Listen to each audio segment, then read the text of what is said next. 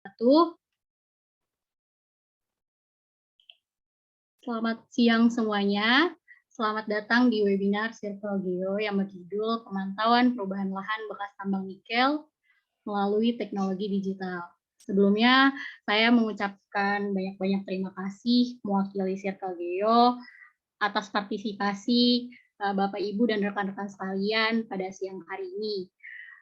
Dalam webinar hari ini, kita dapat melihat dari dampak yang terjadi dari perubahan pemanfaatan lahan bekas tambang dan bagaimana caranya mengatasi melalui pemanfaatan teknologi digital dalam perubahan penggunaan lahan. Sebagaimana mestinya, kondisi tanah pada lahan tambang umumnya tidak subur dengan tingkat kemasaman tanah yang tinggi, di mana pH tanah sekitar 4,5 dengan unsur hara yang tidak tinggi, serta adanya potensi longsor dan erosi yang tidak jarang tanah pada lokasi pasca tambang yang mengalami proses pemadatan.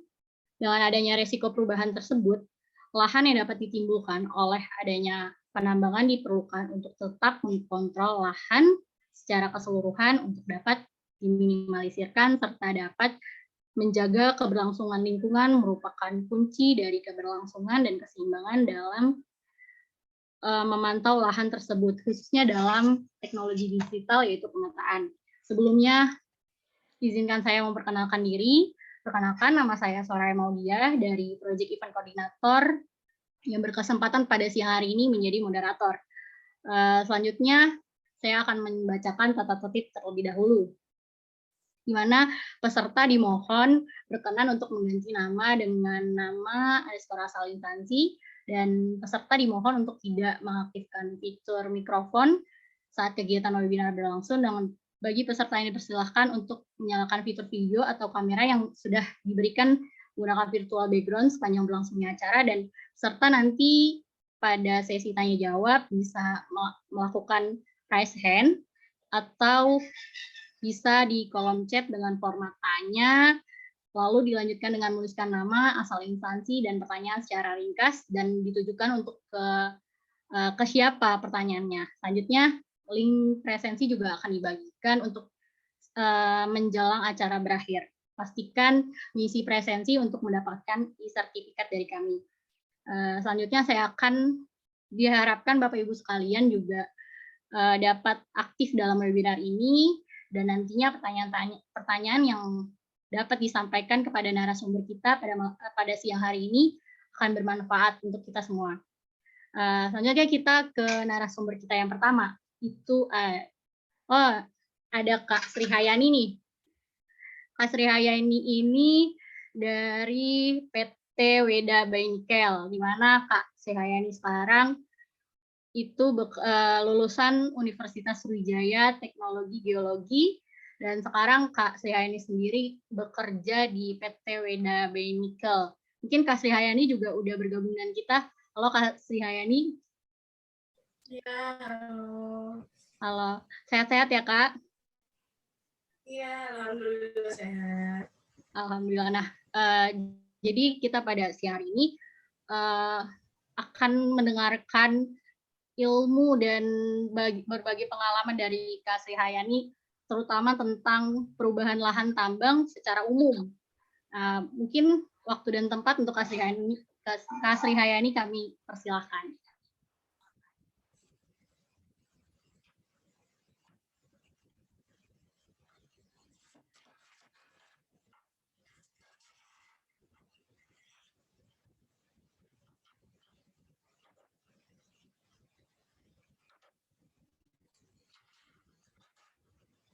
Baiklah, terima kasih kepada Mbak Soraya Maudia selaku host kita pada hari ini. Suara saya kedengaran jelas ya, Mbak? Jelas, Mbak. Jelas. Jelas ya? Oke. Terima kasih atas kesempatannya yang telah diberikan kepada saya untuk bisa membawakan webinar kita pada hari ini yang berjudul Pemantauan Perubahan Lahan Bekas Tambang Nikel melalui Teknologi Digital. Sebelumnya, sebelum saya memulai webinar ini, izinkan saya untuk bisa menyapa Bapak Ibu dan rekan-rekan sekalian yang telah bersama-sama hadir pada kegiatan webinar kita pada hari ini. Assalamualaikum warahmatullahi wabarakatuh.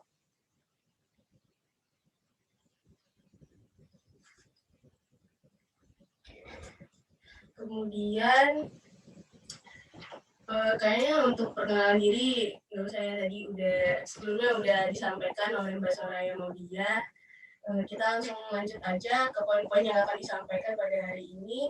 Secara garis besar, hari ini ada 5 poin yang ingin saya sampaikan. Yang pertama, itu ada company profile. Yang kedua, ada mengenai apa itu teknologi digital. Yang ketiga, membahas perubahan lahan yang terjadi pasca tambang. Yang berikutnya, mengenai peranan teknologi digital dalam monitoring perubahan lahan pasca tambang. Yang kelima, contoh remote sensing yang terjadi setelah perubahan fungsi lahan. Oke, kita masuk ke poin pertama, yaitu company profile. Company profile sendiri kita akan menjelaskan tentang PT WDB Nikel. PT WDB Nikel sendiri berlokasi di Kabupaten Halmahera Tengah, yaitu di Weda.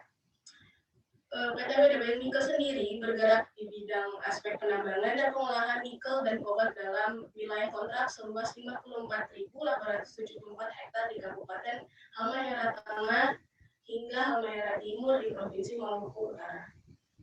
PT WDB Nikel sendiri memiliki komitmen terhadap kelestarian lingkungan dengan memastikan kebijakan lingkungan, rencana pengelolaan dan pemantauan lingkungan serta hierarki mitigasi dalam penanganan dampak lingkungan. Program tanggung jawab sosial perusahaan berpedoman pada prinsip pembangunan berkelanjutan dan fokus pada 4 pilar utama, yaitu peningkatan kesehatan, pendidikan, pengembangan ekonomi lokal dan regional, serta peningkatan infrastruktur. Kemudian kita masuk ke poin selanjutnya, yaitu poin teknologi digital. Teknologi digital sendiri dewasa ini sangat berkembang pesat dan juga sangat berguna dalam kegiatan kita sehari-hari, terutama dalam bidang monitoring.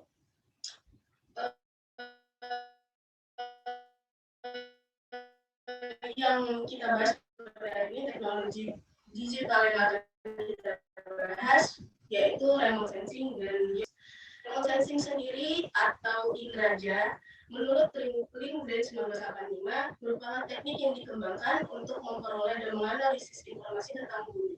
Informasi ini khusus berbentuk radiasi elektromagnetik yang dipantulkan atau dipancarkan dari permukaan bumi.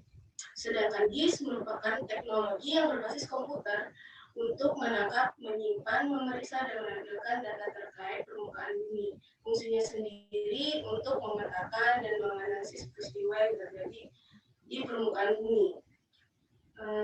Data yang ditampilkan di GIS bisa berupa aspek geografis seperti garis lintang, garis bujur, ataupun koordinat green nasional. Remote sensing sendiri memiliki 4 komponen utama. Yang pertama itu sumber energi. Sumber energi itu berupa gelombang elektromagnetik yang bersumber dari radiasi matahari. Yang sedangkan yang kedua merupakan interaksi. Interaksi ini merupakan interaksi antara energi dan atmosfer. Interaksi antara kedua komponen ini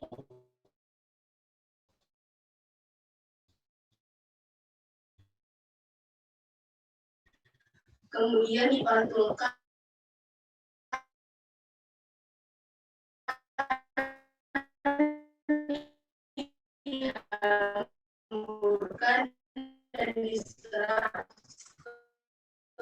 dan diteruskan ke sensor. Sensor ini merupakan aspek utama dari remote sensing yang ketiga. Sensor bisa berbentuk garis bujur, garis lintang, ataupun kita dapatkan dari remote sensing ini, kemudian kita olah menggunakan teknologi GIS, menggunakan software berbasis geospasial seperti QGIS, ArcGIS, ataupun WebGIS. Kemudian data yang kita dapatkan kita olah. Data-data tersebut bisa berbentuk data citra, data peta, ataupun data lapangan. Data citra itu bisa berbentuk foto udara ataupun citra satelit. Umumnya dia berbentuk raster atau image. Sedangkan data spasial, data peta atau data spasial itu bisa berupa data sungai, data jalan, ataupun data-data tata guna lahan atau juga vegetasi. Yang kemudian data tersebut dianalisis dan kemudian di-overlay sehingga dapat digunakan oleh pengguna untuk tujuan tertentu. Pemanfaatan remote sensing sendiri berbagai macam. Bisa digunakan untuk tata guna lahan, seperti penutupan lahan, monitoring pola perubahan lahan, kemudian bisa untuk manajemen perencanaan wilayah, seperti sumber daya hutan, sumber daya air, sumber daya laut, atau juga bisa digunakan dalam eksplorasi mineral. Namun pada kesempatan kita pada hari ini, kita khususkan untuk membahas pemanfaatan remote sensing dalam identifikasi dan monitoring pola perubahan lahan. Penggunaan data remote sensing dapat memberikan informasi terkait dampak lingkungan dari operasi penambangan seperti perubahan penggunaan lahan, permukaan dan badan air, pemantauan kegiatan pertambangan untuk pemukiman manusia, kemudian perlindungan dan pengelolaan lingkungan tambang yang lebih baik, serta memonitoring apakah ada potensi bencana geologis yang terjadi setelah pola perubahan lahan tersebut. Secara sekilas saya akan menyampaikan atau menjabarkan tahap-tahap izin usaha pertambangan. Izin usaha pertambangan sendiri secara garis besar terbagi menjadi tiga tahap, yaitu yang pertama tahap kegiatan eksplorasi, yang kemudian tahap kegiatan operasi produksi, kemudian yang terakhir kegiatan pasca tambang. Kegiatan eksplorasi mencakup 3 tahap, yaitu penyelidikan umum, eksplorasi, dan studi kelayakan. Pada kegiatan eksplorasi sendiri, ini umumnya untuk mengidentifikasi atau mengklasifikasi sumber daya alam dan cadangan yang akan ditambang nantinya. Ketika kegiatan eksplorasi telah dilakukan, berlanjut ke kegiatan operasi produksi, seperti studi kelayakan dan operasi produksi. Setelah kegiatan-kegiatan eksplorasi dan kegiatan produksi dilakukan, maka tahap terakhir yang dilakukan adalah pasca tambang. Tahap pasca tambang sendiri merupakan tahapan reklamasi, yaitu kegiatan pemulihan lahan setelah tahapan usaha pertambangan, yaitu mengembalikan kondisi lahan ke rona semula ataupun mendekati kondisi semula. Kegiatan reklamasi sendiri bertujuan untuk menjaga keseimbangan ekosistem alam, berkelanjutan sosial dan ekonomi masyarakat di sekitar tambang tersebut. Reklamasi sendiri memiliki beberapa dasar hukum yang diatur oleh undang-undang maupun peraturan pemerintah, seperti yang ada pada layar ini, Yang saya rangkum dari Peraturan Pemerintah Nomor 78 Tahun 2010 mengenai reklamasi dan pasca tambang ada 6 prinsip perlindungan lingkungan. Yang pertama ada perlindungan terhadap kualitas air tanah, air laut, dan tanah. Yang kedua, pemanfaatan lahan bekas tambang sesuai dengan peruntukannya. Yang ketiga, memperhatikan nilai-nilai sosial dan budaya setempat. Yang keempat, perlindungan terhadap kuantitas air tanah. Yang kelima, penjaminan terhadap stabilitas dan keamanan lingkungan. Dan yang keenam, perlindungan dan pemulihan keanekaragaman hayati. Tahapan reklamasi sendiri terdiri dari 3 tahapan secara garis besar. Yang pertama ada penataan lahan yang bermula dari penataan permukaan lahan hingga penanaman cover crop.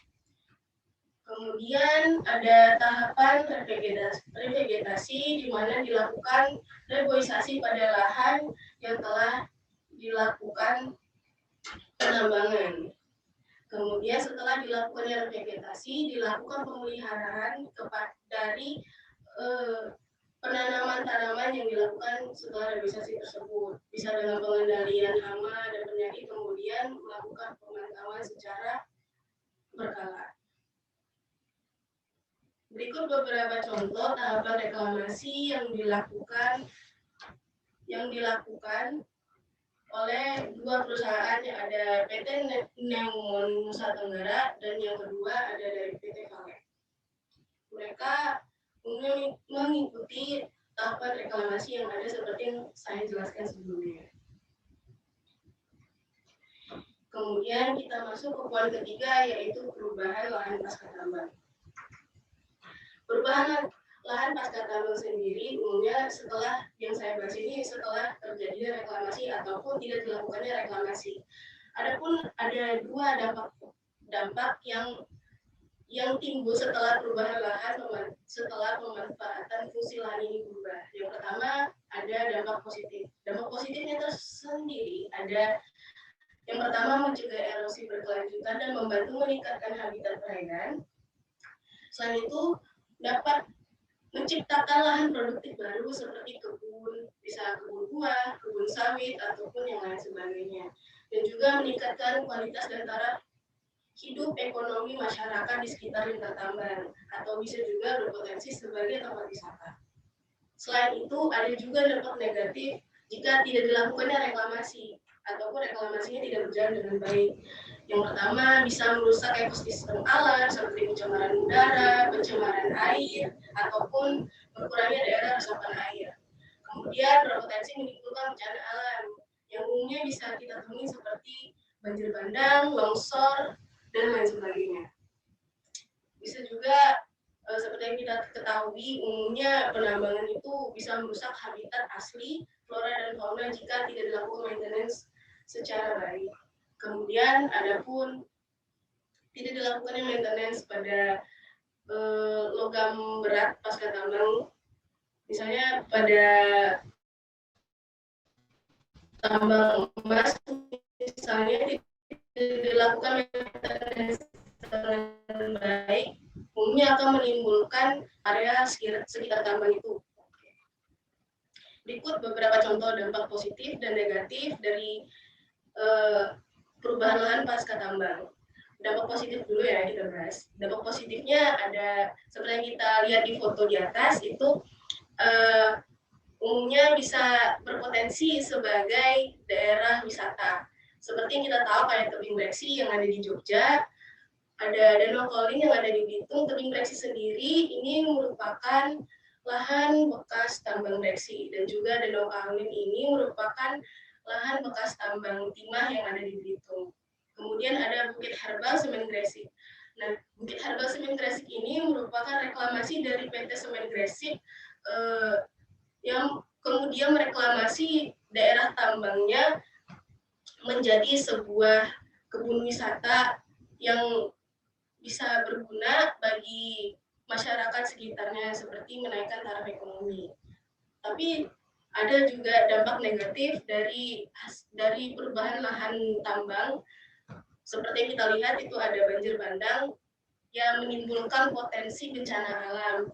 Seperti yang saya lansir dari berita, bahwa banjir bandang tersebut terjadi di Kabupaten Solok Selatan akibat adanya penambangan emas ilegal di area tersebut. Kemudian ada juga pencemaran limbah merkuri dari tambang bekas tambang emas yang terjadi di Pulau Buru, Maluku Utara. Flora dan fauna. Karena tidak dilakukannya maintenance secara baik. Kita beralih ke poin selanjutnya, yaitu peranan teknologi digital dalam monitoring perubahan lahan fungsi lahan. Teknologi GIS dan remote sensing berfungsi untuk menangkap fenomena permukaan bumi, dan fenomena tersebut digunakan untuk mengidentifikasi, mengelola, dan meminimalisir potensi buruk yang akan terjadi. Monitoring ini sendiri secara keseluruhan untuk memonitoring suatu aktivitas alam ataupun aktivitas reklamasi dalam skala luas. Berikut beberapa contoh remote sensing ataupun aplikasinya dalam memonitoring perubahan fungsi lahan. Berikut yang saya kutip dari papernya Melati tahun 2019. Beliau memonitoring perubahan tutupan lahan di area hutan Kabupaten Rokan Hulu, Provinsi Riau pada periode 96 sampai 2005. Ada juga contoh Dari papernya Akrianti, Franto, dan Nur Cahya 2008 tutupan lahan pada periode 2000 sampai 2006. Dari kedua contoh tersebut, kita dapat mengambil kesimpulan bahwa remote sensing ini sangat berguna untuk memonitoring perubahan lahan yang terjadi. Kenapa kita harus menggunakan remote sensing? Dikarenakan area yang kita lakukan pemantauan sendiri itu umumnya merupakan area yang cukup luas dan tidak mungkin kita lakukan dengan secara manual. Dari remote sensing ini sendiri juga umumnya merefleksikan bentukan aslinya, dan data tersebut umumnya berasal dari remote sensing seperti citra satelit ataupun foto udara. Oke, terima kasih. Oke, terima kasih. Sekian presentasi saya pada hari ini. Saya kembalikan kepada moderator kita, Mbak Soraya Mugia. Oke, terima kasih Mbak Yani atas ilmu dan pengalaman yang telah diberikan. Sangat bermanfaat sekali untuk kita nih yang belum tahu tentang gimana sih perubahan lahan bekas tambang, dan ternyata yang sudah kita lihat tadi banyak banget nih dampak positif dan negatifnya, di mana dampak positif tadi bisa mencegah erosi berkelanjutan dan membantu meningkatkan habitat perairan, terciptanya lahan produktif baru seperti kebun buah, kebun sawit, dan meningkatkan kualitas dan taraf ekonomi berpotensi menjadi tempat wisata. Nah, namun dari dampak positif itu juga kita punya dampak negatifnya tuh. Nah, dampak negatifnya itu bisa merusak ekosistem alam seperti pencemaran udara, air di daerah tersebut, dan berpotensi dapat menimbulkan bencana alam serta merusak habitat flora dan fauna serta adanya logam berat pasca tambang. Nah, selanjutnya kita udah belajar tentang lahan bekas tambang secara umum. Dan kita juga belajar nih, ada di narasumber kita yang kedua itu ada Kak Jul Hasan. Boleh mungkin operator dibantu untuk ininya PPT awalnya. Ini Kak, boleh saya share screen sendiri PPT-nya Kak? Oke, boleh sebentar ya Mas. Jadi kita perkenalan dulu nih. Gimana kabarnya Mas Jul Hasan? Alhamdulillah baik Kak. Alhamdulillah. Ya, jadi Kak Jul Hasan ini itu lulusan Geografi Universitas Alu Oleo. Nah, kebetulan Kak Jul Hasan sendiri itu sekarang sibuknya di PT Sinar Jaya Sultra Utama sebagai GIS analis dan surveyor. Nah, Mas Jul Hasan juga itu pernah bekerja di konsultan pemetaan lahan pertanian pangan berkelanjutan BPN Provinsi Sulawesi Tenggara. Nah, mungkin Kak Jul Hasan juga udah bersama kita nih sekarang. Mungkin untuk Kak Jul Hasan waktu dan tempat kami persilakan. Iya Kak, terima kasih sebelumnya. Mungkin saya tidak perlu perkenalan lagi, sudah perkenalan sebelumnya. Terima kasih juga atas kesempatan yang diberikan kepada saya. Saya juga sangat bersemangat bisa hadir di webinar kali ini karena bertemu dengan orang-orang hebat, juga pihak-pihak yang terkait dengan Circle Geo untuk pengadaan seminar ini. Dan izinkan saya untuk share screen materi pada hari ini yang akan saya bawakan, pemantauan perubahan lahan bekas tambang nikel melalui teknologi digital, yang dimana pada kali ini saya akan lebih bahas mengenai job desk survey dalam penggunaan teknologi digital untuk pemantauan lahan bekas tambang. Oke. Jadi sebelumnya saya perkenalkan untuk profil perusahaan saya itu di PT Sinar Jaya Sultra Utama yang letaknya di Kabupaten Konawe Utara, Provinsi Sulawesi Tenggara, tepatnya di Kecamatan Wasolo, Kepulauan Desa Waturambaha. Mungkin di sini ada yang dari Sulawesi Tenggara, pasti sudah tahu Konawe Utara itu di bagian mana. Nah, jadi outline pada hari ini kita akan lebih membahas kepada pertama teknologi drone untuk pemetaan lahan bekas tambang, kemudian kedua GIS untuk pertambangan, ketiga adalah contoh pemetaan lahan bekas tambang. Jadi seperti pemateri yang sebelumnya itu sudah banyak menjelaskan tentang GIS dan juga bagaimana proses awal dimulai pertambangan sampai dengan untuk kegiatan reklamasi. Jadi untuk itunya saya tidak perlu jelaskan lagi, dan mungkin di sini saya akan lebih kepada permasalahan teknis, khususnya adalah seputar survei pertambangan. Nah, kita mulai dulu, pertama adalah teknologi digital. Jadi kita harus tahu bahwa teknologi digital yang dimaksud di sini adalah apa sih? Jadi teknologi digital yang masuk sini adalah sarana untuk kompilasi data di mana pengoperasiannya berbasis komputer. Jadi kita tidak perlu memerlukan tenaga, bukan tidak perlu sih, tetapi sebenarnya lebih banyak menggunakan pengoperasian komputer untuk mengolah data-data yang terkait dengan pertambangan. Jadi untuk kegiatan tenaga manusia itu lebih sedikit lagi. Kemudian bagian pemetaan. Pemetaan adalah suatu proses untuk menyajikan bentuk rupa bumi. Nah, penyajian ini yang kita gunakan adalah software-software yang terkait. Nah, di situ kita menggunakan teknologi komputer untuk menganalisis dan membuat peta yang terkait dengan lahan bekas tambang tersebut. Nah, untuk aktual di lapangan, saya itu sering menggunakan teknologi-teknologi survei seperti misalnya total station, kemudian drone. Khususnya saya gunakan di perusahaan saya itu adalah DJI Phantom 4 Pro, dan sebenarnya banyak sih perusahaan-perusahaan yang besar menggunakan teknologi yang lebih canggih seperti LiDAR. Tapi untuk dalam kasus ini, khusus pertambangan nikel yang luasan lahannya tidak terlalu besar, saya rasa tidak terlalu perlu untuk menggunakan teknologi yang canggih tersebut. Di lain sisi, harganya sangat mahal juga. Untuk operasional perusahaan itu cost-nya jauh lebih besar. Nah, di teknologi digital ini, kita kan yang lalu misalnya mengukur menggunakan teodolit. Nah, setelah perkembangan zaman itu kita kenal yang namanya teodolit digital atau lebih dikenal dengan total station. Dan sekarang itu lagi booming-boomingnya penggunaan GPS geodetik yang lebih akurat.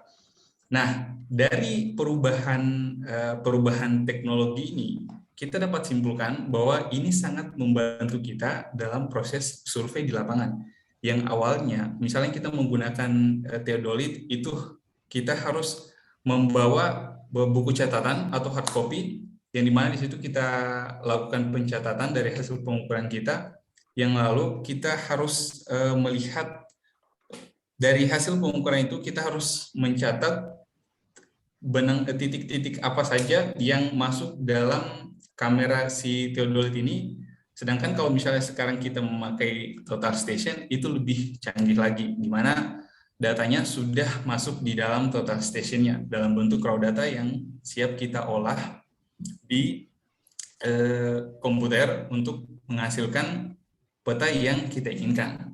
Nah, jadi di sini apa hubungannya? Apa hubungannya dengan pemetaan lahan bekas tambang? Nah, di sini saya akan membahas berdasarkan Peraturan Undang-Undang Nomor 4 Tahun 2009 mengenai kewajiban perusahaan dalam penerapan kaidah reklamasi. Nah, di sini pada pasal 96 dalam penerapan kaidah teknik pertambangan yang baik, pemegang IUPA dan IUPK wajib melaksanakan yang pertama adalah ketentuan keselamatan dan kesehatan kerja pertambangan, kedua, keselamatan operasi pertambangan, ketiga, pengolahan dan pemantauan lingkungan pertambangan termasuk kegiatan reklamasi dan pasca tambang. Nah, yang ketiga ini yang masuk dalam pembahasan kita kali ini, yaitu adalah pemetaan lahan bekas tambang. Di sini lebih spesifik kepada reklamasi. Jadi, pada awal memulai pertambangan, ada yang namanya RKAB atau Rencana Kerja dan Anggaran Biaya. Jadi di situ sudah masuk rencana bukaan lahan kita berapa, kemudian rencana reklamasi kita berapa, kemudian rencana yang lain-lain penambangannya kita sampai di level berapa, itu sudah masuk di dalamnya, termasuk juga reklamasi. di perusahaan kita sendiri itu untuk reklamasi, khususnya di tahun 2021, itu kita memiliki kewajiban untuk reklamasi sebesar 8 hektar. Nah, 8 hektar ini masuk penataan, dan 2 hektar itu sisanya masuk ke dalam revegetasi. Mohon maaf sebelumnya, Kak, suara saya kedengaran? Kedengaran kok, Mas? Oh iya, Kak. Ya, kedengaran. Ya. Oke, jadi dari kewajiban tanggung jawab dari perusahaan kami untuk melakukan reklamasi sebanyak 8 hektar itu, maka diperlukan survei topografi untuk menghitung luasan sampai kira-kira 8 hektar untuk tanggungan kami buat reklamasi di tahun yang bersangkutan gitu. Nah, implementasi di lapangan, kami di pihak survei untuk saat ini kami menggunakan teknologi drone untuk melakukan delineasi. Jadi sebenarnya tanpa melakukan pengukuran langsung yang memerlukan waktu yang cukup lama, di mana kita harus mengukur dulu, kemudian kita mengambil raw data, kemudian raw data kita olah dan analisis sehingga menghitung luasan lahan-lahan yang direklamasi tersebut, baik yang direvegetasi maupun lahan yang ditata. Nah, dari teknologi drone ini menghasilkan ortofoto, yang dimana awalnya kita lakukan penetapan GCP yang fungsinya adalah untuk akurasi dari koordinat-koordinat yang ada di ortofoto ini itu lebih akurat. Nah, ini Kak. Jadi misalnya contoh seperti ini, kami lakukan GCP di lapangan itu pemasangan titik-titik kontrol yang nantinya ketika diolah di software itu akurasi dari si peta ortofotonya ini itu lebih akurat. Nah, ini contoh-contoh dari GCP yang kami buat di lapangan. Jadi sebentar saya akan jelaskan apa fungsi dari pemetaan menggunakan drone ini dalam pemetaan lahan bekas tambang gitu. Nah, kombinasi drone dengan GCP untuk mendapatkan akurasi yang baik. Untuk teknologi yang lebih modern sekarang itu menggunakan GPS geodetik yang akurasinya kurang lebih kisaran mikrometer, yang dibandingkan dengan total station itu masih masuk akurasi milimeter, 0,1 milimeter. Nah, di lapangan secara aktual kami menggunakan total station untuk membuat titik-titik itu. Jadi kami menggunakan base map yang base benchmark yang sudah dibuat memang oleh perusahaan pada awalnya pemasangan tapal batas. Nah, di situ adalah patokan kami untuk membuat GCP. Jadi implementasinya di lapangan itu akan menghasilkan model yang seperti ini. Untuk digital elevation model dari drone itu sendiri sebenarnya bisa digunakan untuk menghitung volume. Hanya dalam kasus ini, untuk menghitung volume, kami lebih ke perhitungan dari perhitungan bucket dan juga retase. Nah, untuk ground control point-nya kita bisa lihat di sini akurasi yang awalnya kalau misalnya kita olah data drone saja tanpa menggunakan GCP, itu titiknya bisa lari kurang lebih 4-6 meter, bahkan sampai belasan meter. Kalau misalnya overlay dari si drone-nya ini itu lebih tidak kerapat gitu. Nah, ini akurasi dari kalau misalnya kita menggunakan GCP itu total di 7,4 mm. Jadi tidak cukup 1 cm kalau misalnya kita menggunakan GCP. Nah, apa fungsinya ini? Ini berfungsi untuk menghindari kesalahan batas-batas IUP pada saat kita mengerjakan pemetaan lahan bekas tambang. Karena ini akan menjadi bahaya kalau misalnya lahan kita bergeser misalnya 2-6 meter, ternyata itu masuk di IUP-nya orang.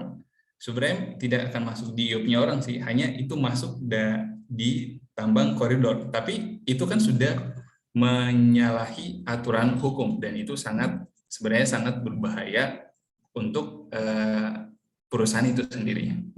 Nah, reklamasi pasca tambang. Jadi pada saat kita sudah melakukan koreksi tersebut, kita bisa nih untuk melakukan delineasi. Nah, misalnya seperti ini. Areal-areal yang awalnya kita rencanakan untuk dilakukan revegetasi, itu kita adakan stake out. Stake out istilahnya di pertambangan itu adalah mencari titik koordinat dari perencanaan itu sendiri. Misalnya kita buat sebuah peta, kita buat sebuah poligon, dan poligon itu kita ekstrak menjadi titik-titik. Nah, titik-titiknya ini akan kita cari koordinatnya, itu yang dinamakan stake out. Nah, misalnya di sini awalnya masih data ortofoto atau data citra seperti ini. Dan pada saat kita lakukan delineasi, itu hasilnya seperti ini, dan kita bisa hitung untuk luasannya itu berapa di areal revegetasi itu. Dari sini kita bisa menganalisis juga areal mana yang sudah dilakukan, areal mana saja yang sudah dilakukan dari kriteria reklamasi tadi. Kriteria reklamasi kan ada dua, ada yang penataan lahan, dan yang kedua adalah revegetasi. Nah, dari sini kita bisa lihat adanya pohon-pohon yang sudah ditanami. Berarti areal itu sudah dilakukan revegetasi. Sedangkan areal yang tidak ditanami pohon itu masuk kategori penataan lahan saja. Untuk aktual lapangan, mungkin tampilan naturalnya itu seperti ini, kurang lebih dibuatkan semacam trap-trap, atau kalau di persawahan itu semacam tangga-tangga, yang dimana ini akan menahan laju air yang akan menuju ke bawah. Jadi airnya tidak langsung menuju ke bawah, tetapi ditahan oleh trap-trap yang dibuat ini. Oke. Yang terakhir adalah pentingnya pemanfaatan teknologi pemetaan. Dari pemaparan tadi, bahwa kita dapat simpulkan yang pertama, database lebih mudah dan menarik. Kita bisa memperlihatkan secara aktual, secara visual, dari hasil pengolahan data drone tadi, kita menghasilkan database yang lebih mudah dan menarik. Kemudian yang kedua adalah fleksibel, dapat diupdate kapanpun dan dimanapun, dibandingkan kita membuat matriksnya itu secara manual. Kemudian yang ketiga adalah waktu yang dibutuhkan lebih singkat. Pada siang harinya misalnya kita mengupdate menggunakan data drone, kemudian dengan GCP yang sudah kita tetapkan, kan GCP ini kita tidak pasang tiap hari, kita pasang satu kali, dan itu bisa digunakan sampai lahan pertambangan itu selesai. Yang penting intinya adalah kita membuat GCP di areal yang tidak di mining atau ditambang. Kemudian yang keempat adalah memperlihatkan visual secara aktual, dan ini akan memberikan gambaran yang cukup kompleks bagi perencanaan tambang ke depannya yang digunakan oleh mine plan atau pihak-pihak yang berwenang di perusahaan tersebut. Nah, yang terakhir adalah saya akan memperlihatkan contoh-contoh pemetaan lahan bekas tambang yang biasa kami buat di sini. Sebenarnya ini hanya beberapa, karena untuk contoh-contoh peta ini itu ada di komputer perusahaan kami, dan sekarang saya posisi lagi cuti, sehingga ini hanya beberapa data yang ada di komputer saya yang bisa saya perlihatkan. Oke, ini misalnya contoh peta rencana untuk pengadaan reklamasi. Nah, ini contohnya. Kemudian yang di sebelah ini adalah realisasi dari revegetasi atau penataan lahan. Yang terakhir adalah contoh ortofoto lahan pertambangan. Kebetulan kemarin ada proyek yang saya tangani, dan itu juga menggunakan GCP, dan hasilnya mungkin kira-kira seperti ini. Ini menggunakan Citra Sentinel 2A yang awalnya, dan yang terakhir setelah menggunakan ortofoto di tahun 2021, itu hasilnya seperti ini. Dan ini adalah hasil dari komparasi atau perbandingan menggunakan citra SAS planet yang kita download di internet 50 cm per pixel atau SAT. Kemudian ini menggunakan citra drone. Dan ini catatan bahwa saya menggunakan mode low. Mode low saja itu bisa mendapatkan kurang lebih 8,01 cm per pixel, dan ini sudah cukup bagus untuk dibuat untuk menjadi untuk menjadi landasan kita membuat sebuah perencanaan. Kalau misalnya kita menggunakan yang mode high case, itu bisa mendapatkan kurang lebih sampai sekitar 2,0 cm per pixel. Dibandingkan juga citra satelit resolusi tinggi yang kita beli, misalnya seperti citra QuickBird yang ketelitiannya itu mencapai 2 meter per pixel. Oke, saya rasa mungkin cukup sekian pemaparan dari saya. Saya harap semoga pemaparan dari saya bisa memberikan pengetahuan lebih kepada teman-teman, khususnya teman-teman yang baru bergabung di dunia pemetaan ini. Juga saya mohon izin, ini tampilkan slogan saya, belajar peta dari nol. Jadi saya buat pelatihan-pelatihan belajar peta dari nol, mulai dari yang gratis sampai dengan yang berbayar juga. Gitu. Terima kasih. Mungkin saya kembalikan kepada moderator Kak Soraya. Baik, terima kasih Mas Jul Hasan atas ilmu dan pengalamannya, luar biasa sekali, sangat bermanfaat nih. Terutama tadi bagaimana pentingnya pemanfaatan teknologi pemetaan. Banyak banget penggunaan teknologi tergantung dengan kebutuhan dan luasan di area pertambangan itu sendiri. Dengan banyaknya manfaat juga, kita ada nih pentingnya pemanfaatan teknologi itu dari database lebih mudah dan menarik, fleksibel, dapat diupdate kapanpun dan dimanapun, waktu yang dibutuhkan lebih singkat dan memperlihatkan visual secara aktual. Nah, mungkin agenda kita selanjutnya itu ke diskusi tanya jawab. Untuk rekan-rekan peserta webinar kita pada siang hari ini, boleh banget nih nanya ke dua narasumber hebat kita yang masih muda-muda tentunya. Ada Kak Sihayani dan Mas Jul Hasan. Mungkin peserta bisa raise hand atau ketik di kolom chat. Ini udah ada satu penanya nih untuk Kak Sri Hayani.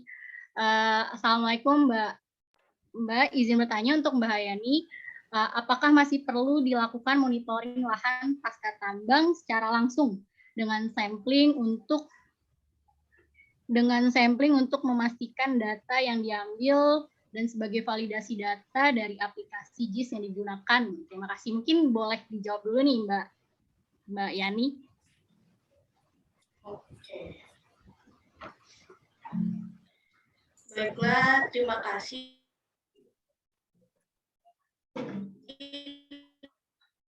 Pertanyaannya dari Pak Usman. Apakah masih perlu dilakukan monitoring lahan pasca tambang secara langsung dengan sampling?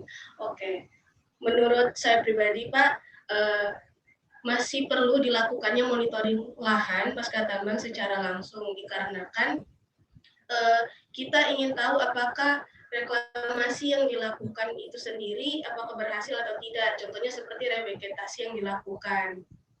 Nah, kan revegetasi itu sendiri tidak hanya dilakukan secara monitoring begitu melalui remote sensing. Bisa juga kita langsung datang ke lapangan untuk memonitoring dengan cara menyampling ataupun melakukan pemantauan langsung begitu di lapangan, Bapak. Dengan sampling.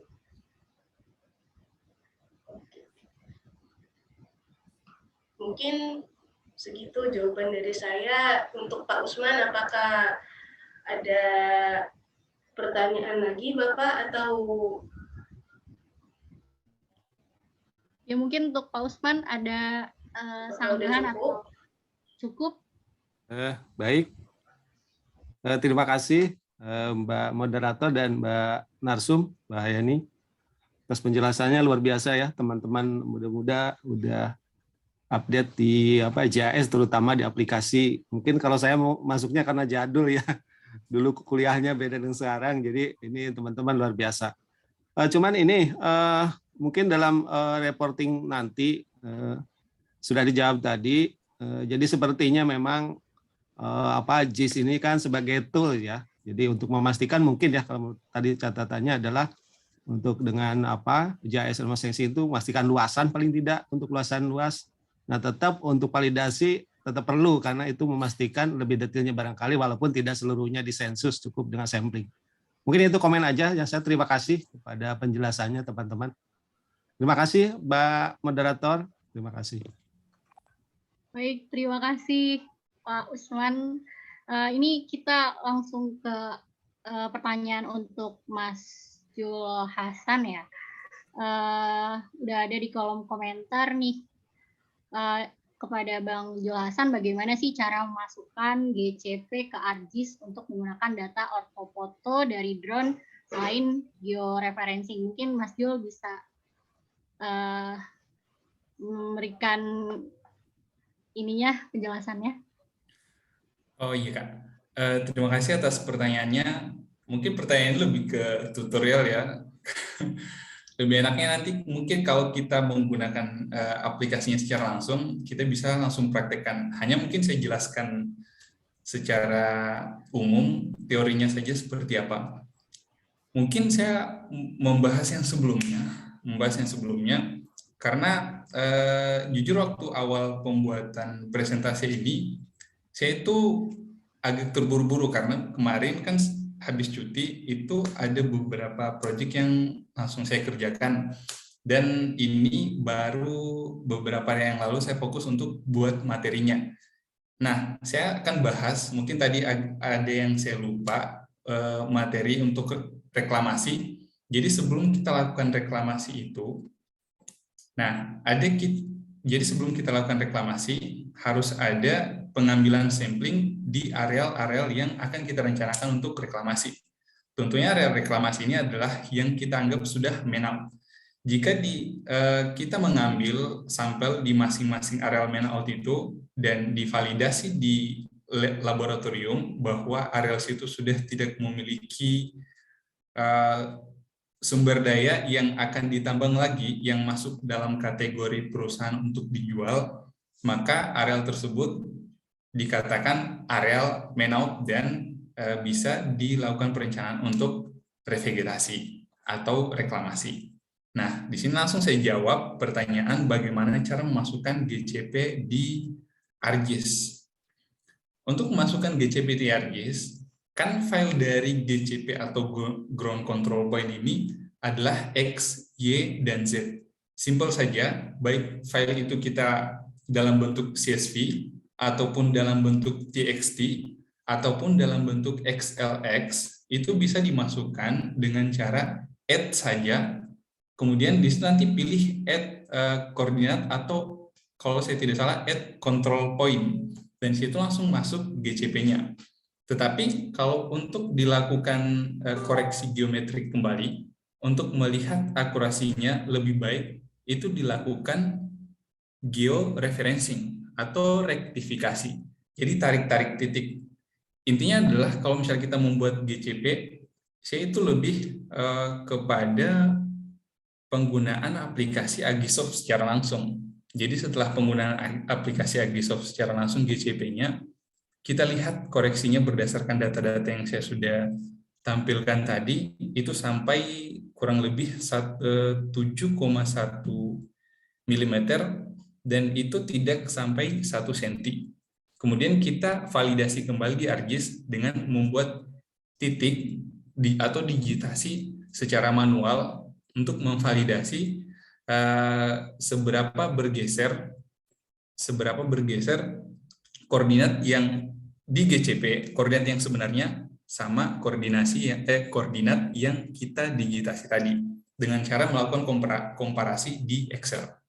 Jadi untuk memasukkan GCP itu lebih ke tutorialnya, karena sekarang kan kita tidak menggunakan aplikasi, terkecuali kita menggunakan aplikasi secara langsung, mungkin saya bisa tunjukkan bagaimana cara memasukkan GCP itu di aplikasi ArcGIS-nya. Hanya secara teori sesuai dengan penjelasan yang telah saya jelaskan tadi. Gitu. Terima kasih, Kak.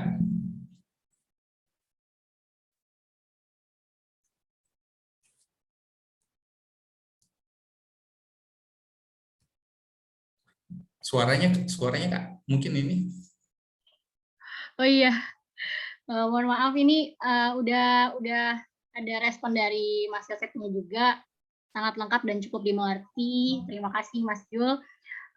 Dan ini ada rekomendasi juga dari Mas Lukman Hakim untuk pengambilan GCP selain dengan geodetik, apa ada aplikasi Android yang relevan dan mendekati? Mungkin boleh dijawab, Mas Jul. Oh iya, makasih Pak. Pertanyaannya sangat bagus, karena ini berhubungan dengan akurasi. Sesuai dengan pemaparan saya tadi, bahwa kalau misalnya berhubungan dengan akurasi, berarti akan berhubungan sama kesalahan yang kita lakukan sesuai dengan akurasi di lapangan nantinya. Kalau misalnya kita melakukan digitasi dalam hal ini itu adalah beberapa koordinat yang kita digitasi, dan itu masuk di luar IUP kita, itu akan berbahaya bagi perusahaan itu sendiri karena menyalahi aturan kan. Nah, kalau kita menggunakan aplikasi berbasis Android, misalnya yang sering saya gunakan itu untuk di pemetaan Avenza Maps atau Alvin Quest. Nah, Avenza Maps itu cukup bagus, tapi dia bagusnya hanya untuk menentukan lokasi saja. Misalnya kita mau simpan titik GCP di areal sini. Jadi itu hanya untuk menentukan lokasi, tidak bisa digunakan sebagai tidak bisa digunakan sebagai acuan untuk kita menentukan titik GCP-nya. Kalau misalnya di areal pertambangan yang sudah berjalan, itu pasti ada daerah-daerah yang disimpan benchmark. Benchmark itu sudah berbasis koordinat dan ada datanya. Sisa kita simpan alat di situ, simpan total stationnya di situ, kemudian kita cari titik baru, dan di situ kita letakkan untuk GCP. Kalau untuk penggunaan Android itu tidak disarankan, karena memang interval akurasinya itu bahkan sampai 3-6 meter. 3-6 meter lari. Dan itu sangat tidak direkomendasikan. Direkomendasikan hanya untuk penggunaan penunjukan lokasi saja. Itu sih. Misalnya kan kalau main plan itu buat peta sebaran laterit. Nah, dari peta sebaran laterit itu kita ekspor ke PDF dan kita masukkan di HP kita pakai Avenza Maps untuk melihat lokasi dari titik board ini di sini, lokasi titik board ini di sini untuk penunjukan lokasi. Tapi kalau untuk pengecekan level atau elevasi itu sangat tidak dianjurkan karena jauh sekali untuk interval jarak yang dihasilkan dari aplikasi berbasis Android itu. Itu sih. Kalau memang tidak pakai geodetik, ya pakai total station saja yang agak lebih murah karena geodetik misalnya satu hari sewa geodetik itu kurang lebih 1,5 juta. Itu sih. Tapi yang fleksibelnya kalau ditambang itu pasti sudah ada benchmark yang memudahkan kita nanti untuk membuat titik baru menggunakan total station saja. Itu Kak, mungkin itu jawaban dari saya. Baik, terima kasih Mas Jul, luar biasa. Mungkin gimana nih Mas Lukman Hakim, apa sudah terjawab atau belum nih untuk pertanyaannya?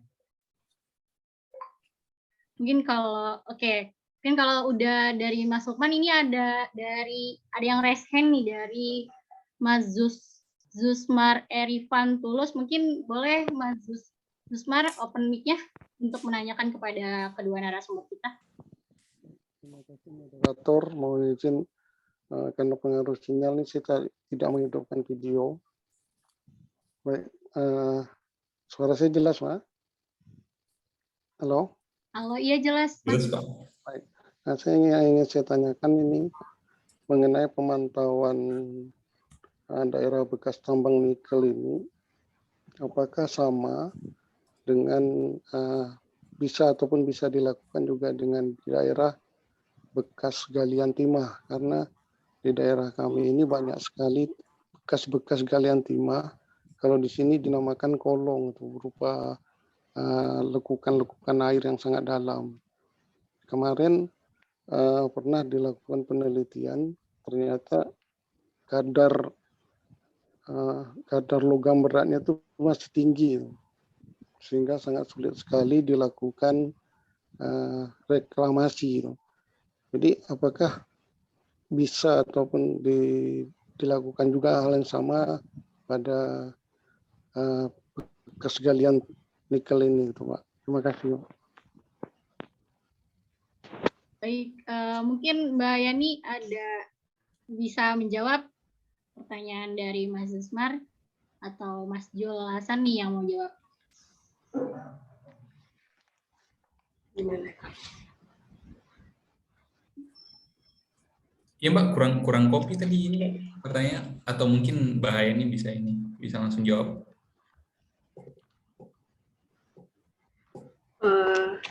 Baik, terima kasih atas pertanyaannya Pak Zusmar.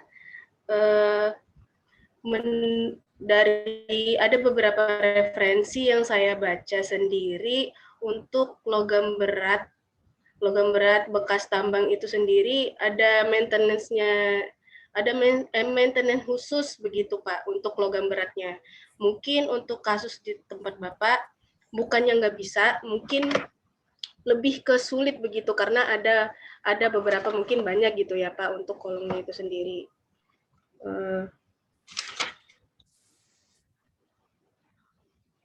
Untuk maintenance-nya sendiri itu ada mungkin caranya sama seperti reklamasi yang seperti saya sampaikan sebelumnya, tapi ada beberapa tanaman khusus ataupun bahan kimia khusus atau pupuk khusus yang akan digunakan pada saat proses reklamasinya itu sendiri, Bapak.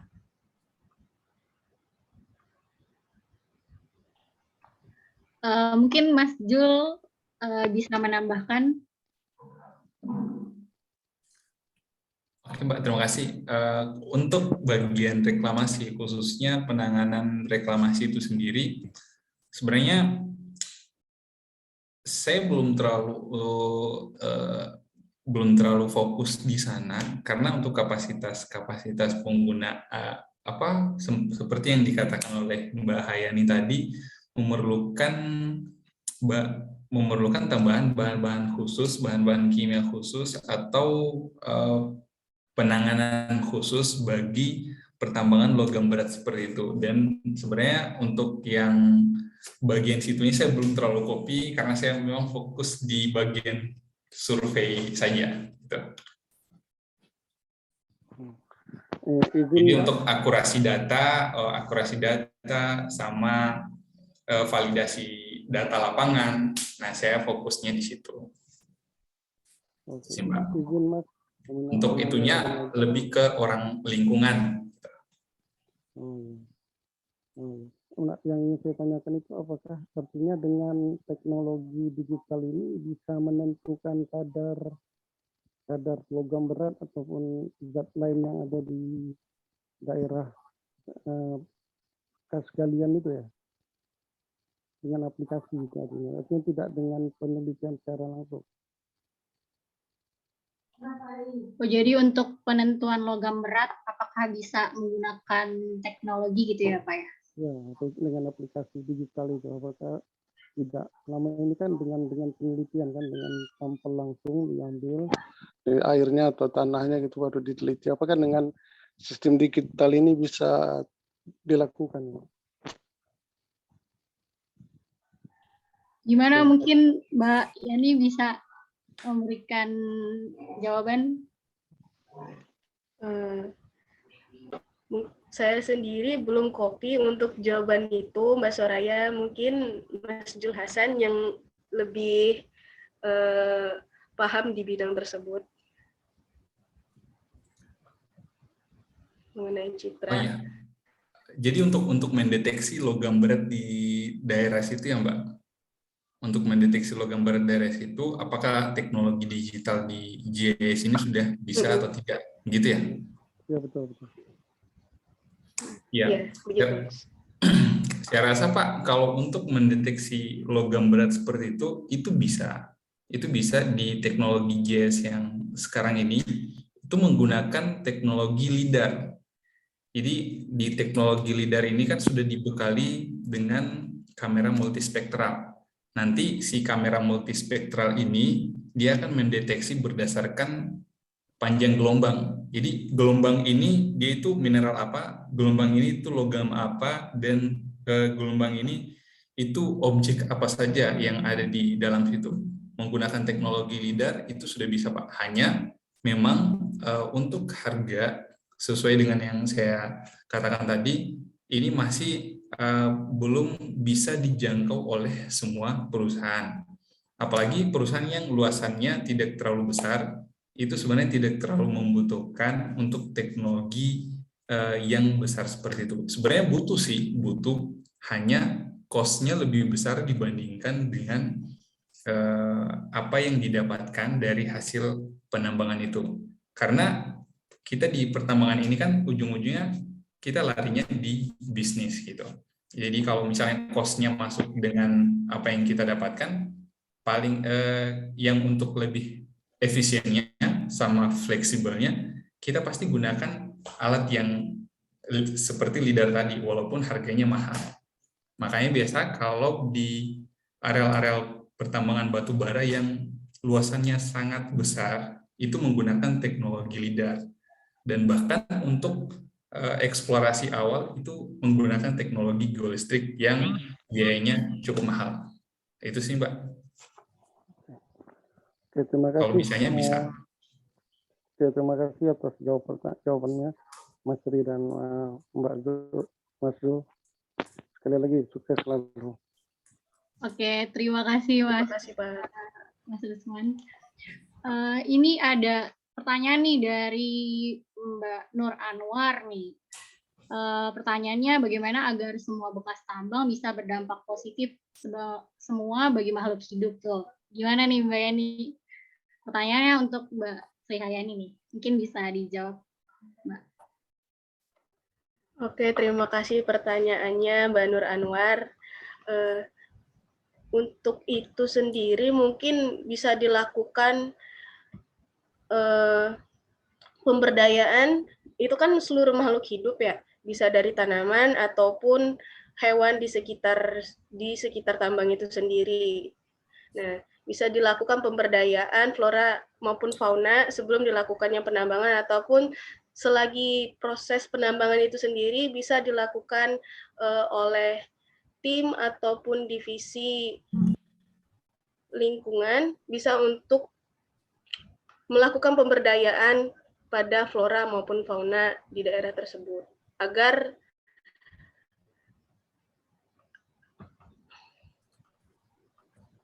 suara saya jelas, Mbak?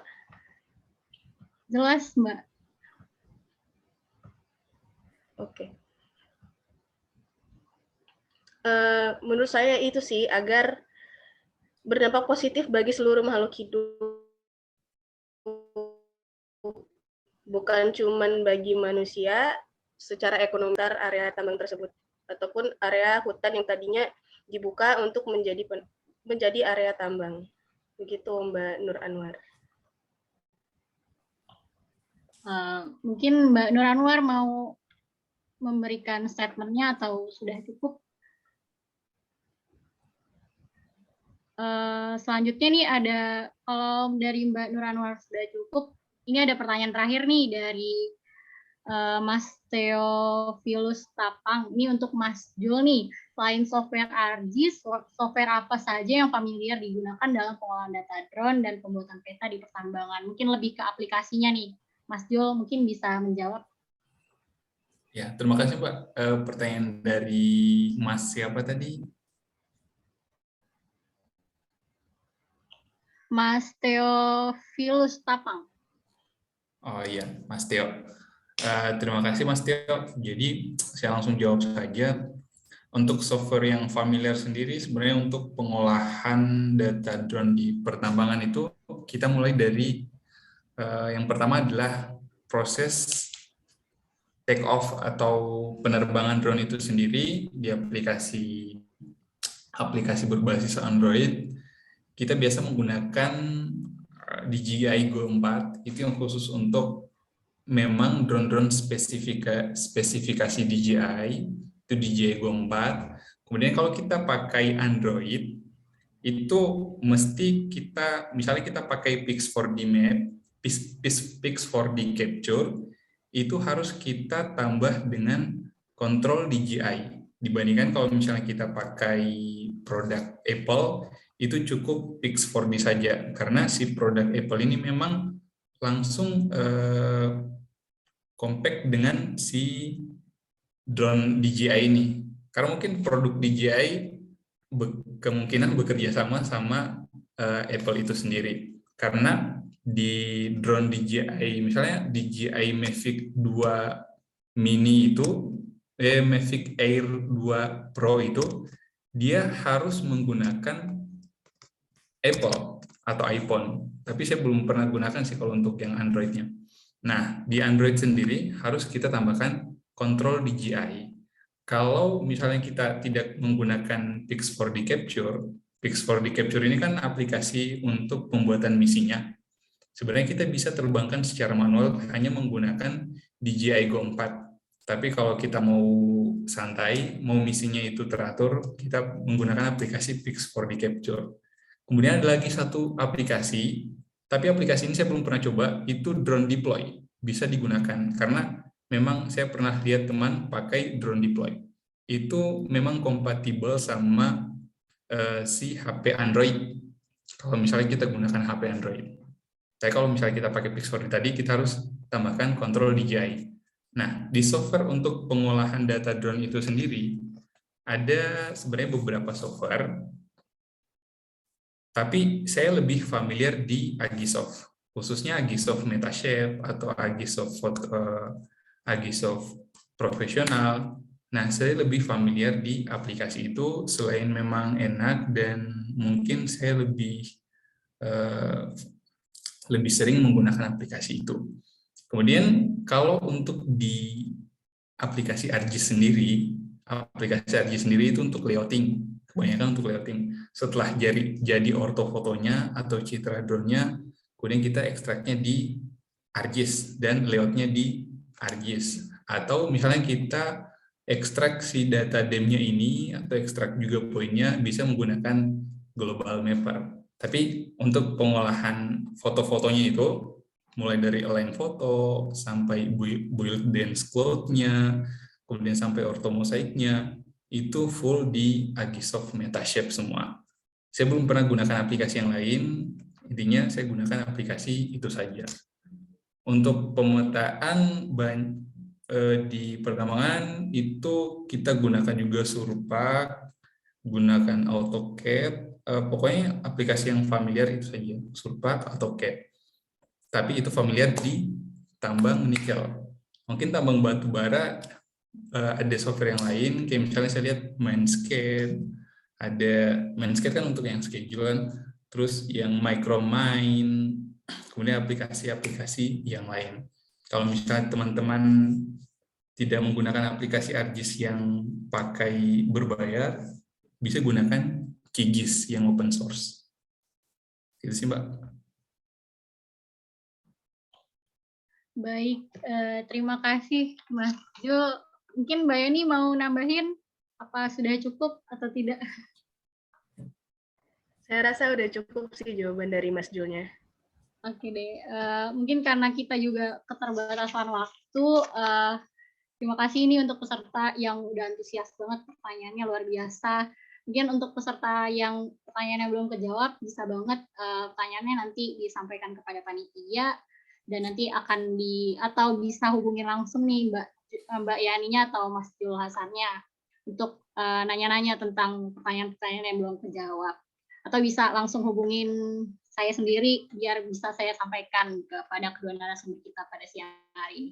Mungkin selanjutnya kita terima kasih banyak nih untuk kedua narasumber kita udah mau nyampein dan menjawab berbagai pertanyaan yang udah ada. Mungkin dari Mas Jul, dari Mbak Yani dulu deh, mungkin kita bisa closing statement kali ya. Mungkin untuk Mbak Yani bisa memberikan closing statement untuk peserta, gitu Mbak. Baik, terima kasih kesempatannya Mbak Soraya.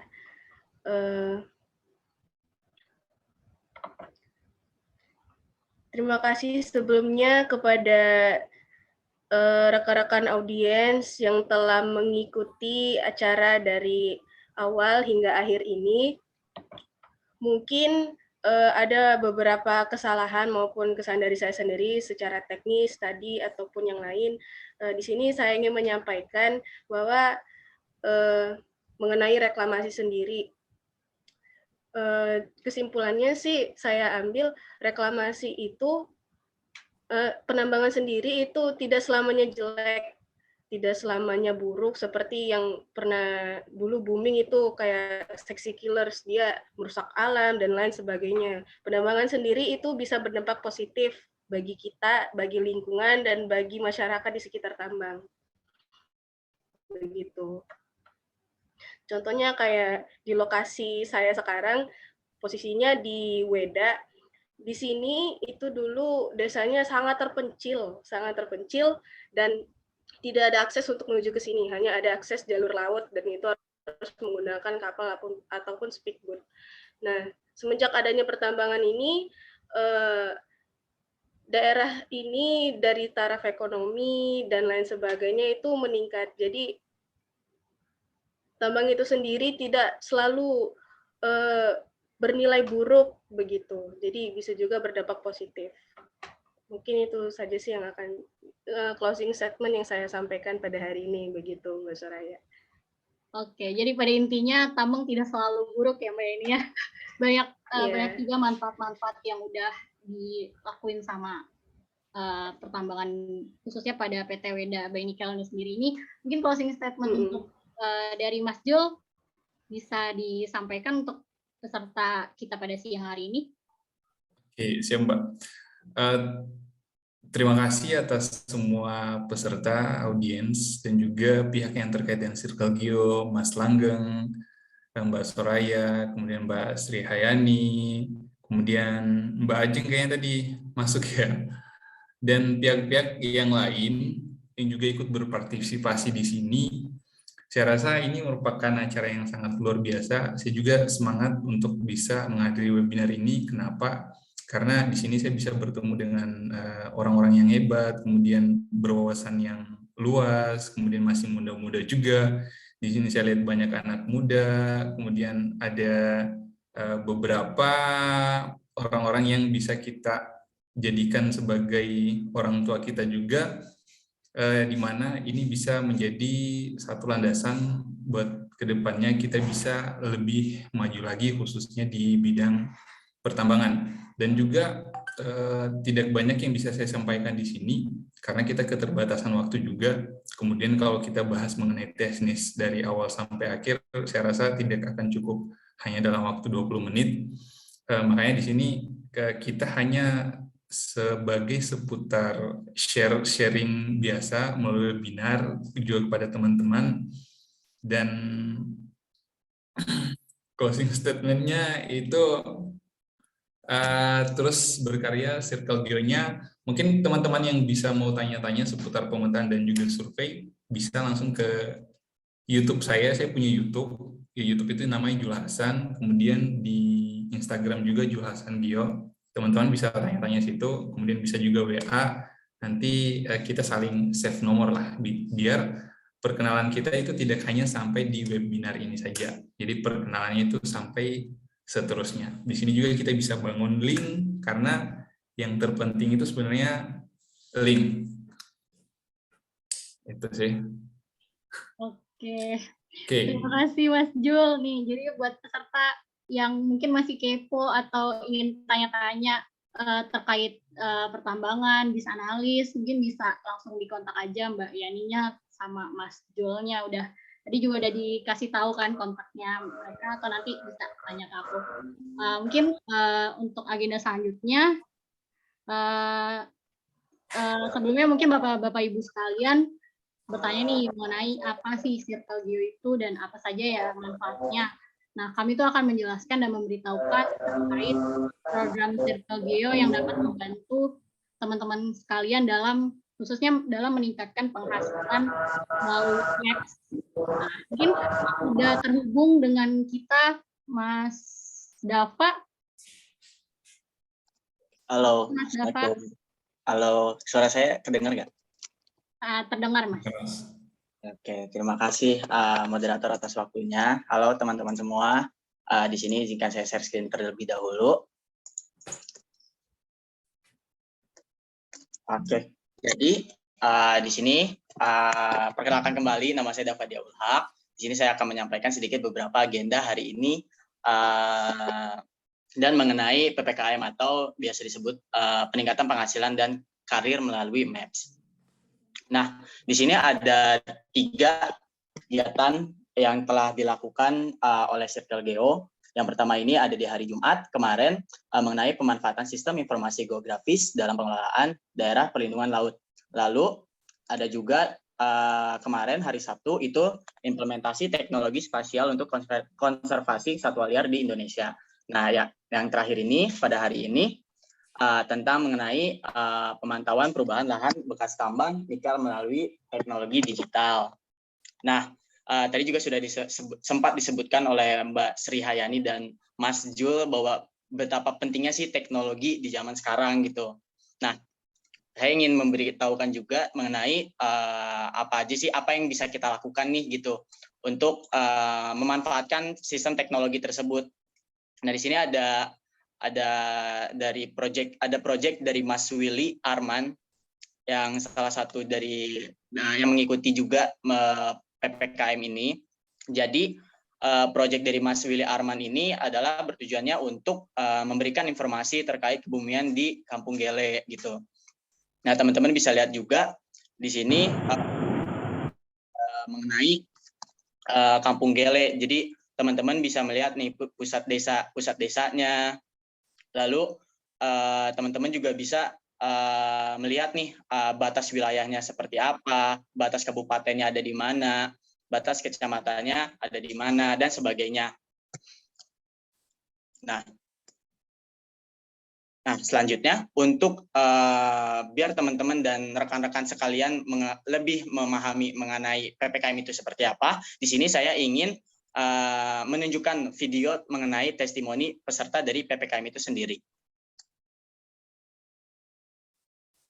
Mohon maaf, apakah suaranya terdengar atau tidak ya? Terdengar, Mas. Terdengar. Suara videonya, maaf. Oh, Video enggak ya? Tidak kedengaran, Mas. Oh, bentar, maaf.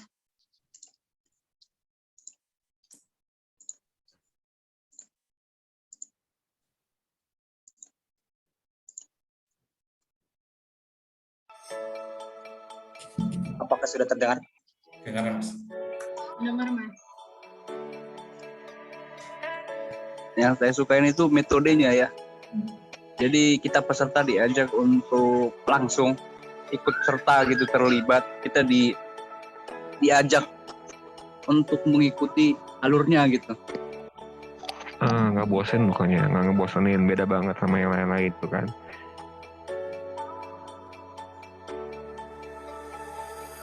Kalau dari saya 9 lah Mbak, karena nggak 10 kan sempurna amat ya, jadi ya 9.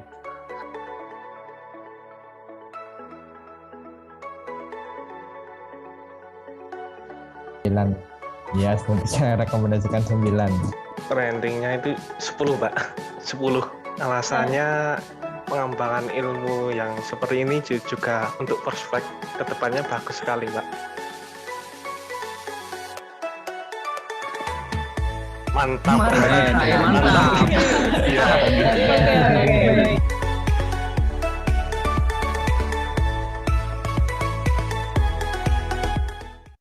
Nah, sekarang nih kami Circle Geo ini sedang open again nih registration kelas PPKM yang akan dibuka hingga 8 Desember tahun 2021 ini. Nah, kenapa sih teman-teman harus mengikuti kelas PPKM? Apa sih yang bakal teman-teman dapatkan atau apa sih yang bakal teman-teman pelajari di kelas PPKM ini. Yang pertama, teman-teman bakal mempelajari tentang teknologi Maps.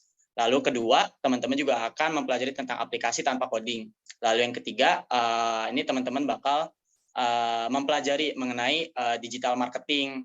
Nah, semua ini kan bermanfaat nih untuk pemanfaatan teknologi di zaman sekarang nih. Nah, teman-teman, untuk teman-teman yang penasaran mengenai kelas PPKM ini akan seperti apa, kelanjutannya akan seperti apa, dan teman-teman nih kepo nih PPKM ini seperti apa gitu. Nah, teman-teman bisa langsung cek di website kami, yaitu di geo.id, atau di sini teman-teman bisa juga cek di /geo.id/plangeo.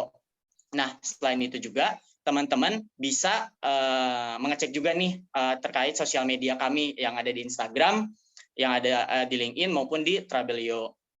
Nah, untuk Trabelio sendiri, untuk teman-teman yang memiliki pertanyaan mengenai PPKM, terus untuk berdiskusi, untuk bertukar pikiran sama teman-teman yang lain, teman-teman bisa juga nih join ke www.geo.id/Tribelio kami. Di situ teman-teman bisa saling tukar pikiran bersama teman-teman yang lain gitu. Seperti yang tadi kata Mas Jul ini, bahwa link itu salah satu hal yang penting. Nah, teman-teman bisa ikut join ke Tribelio kami. Seperti itu. Nah, untuk terakhir setelah webinar ini kami akan mengadakan webinar besar kami, grand event kami. Yang pertama itu tentang mengenai paradigma baru pariwisata berbasis masyarakat dan konservasi alam pasca pandemi COVID-19. Itu yang akan diadakan pada Minggu tanggal 19 Desember 2021 di jam 1:30 hingga jam 4:40. Nah, itu kami insya Allah akan mengundang Bapak Sandiaga Uno, dan kami juga akan mengadakan workshop di hari Senin pada tanggal 20 Desember 2021 yang akan diadakan pada jam 18.20 hingga 20.15 mengenai penggunaan tools.gis dalam pemetaan dan promosi daerah wilayah. Nah, apa sih yang teman-teman bakal dapatin ketika teman-teman akan mengikuti grand event kami? Yang pertama, teman-teman akan mendapatkan .gis premium gratis untuk 7 hari. Terus hands-on proyek bersama para ahli, modul dan materi pembelajaran, e-sertifikat, dan jejaring lainnya gitu. Nah, mungkin Mbak Soraya, sekian presentasi apa yang telah saya paparkan. Mungkin waktu dan layar saya kembalikan lagi ke Mbak Soraya. Oke, terima kasih Mas Dava. Jadi atas waktunya. Jadi sekali lagi mau ngingetin nih untuk teman-teman yang kepo banget sama Circle Geo dan pengen banget belajar untuk gimana sih caranya manfaatin teknologi digital di era saat ini yang benar-benar semuanya butuh teknologi digital. Teman-teman bisa banget kunjungin di geo.id /plangeo. Nah, selanjutnya mungkin kita bisa foto bersama mungkin ya untuk teman-teman sekalian. Mungkin teman-teman bisa menghidupkan kameranya. Kita melakukan foto bersama.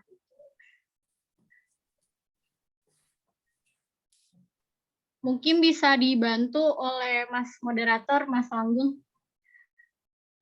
Ya, siap.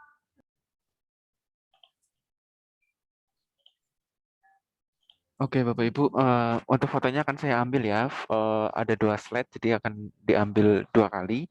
Untuk slide yang pertama, 1, 2, 3.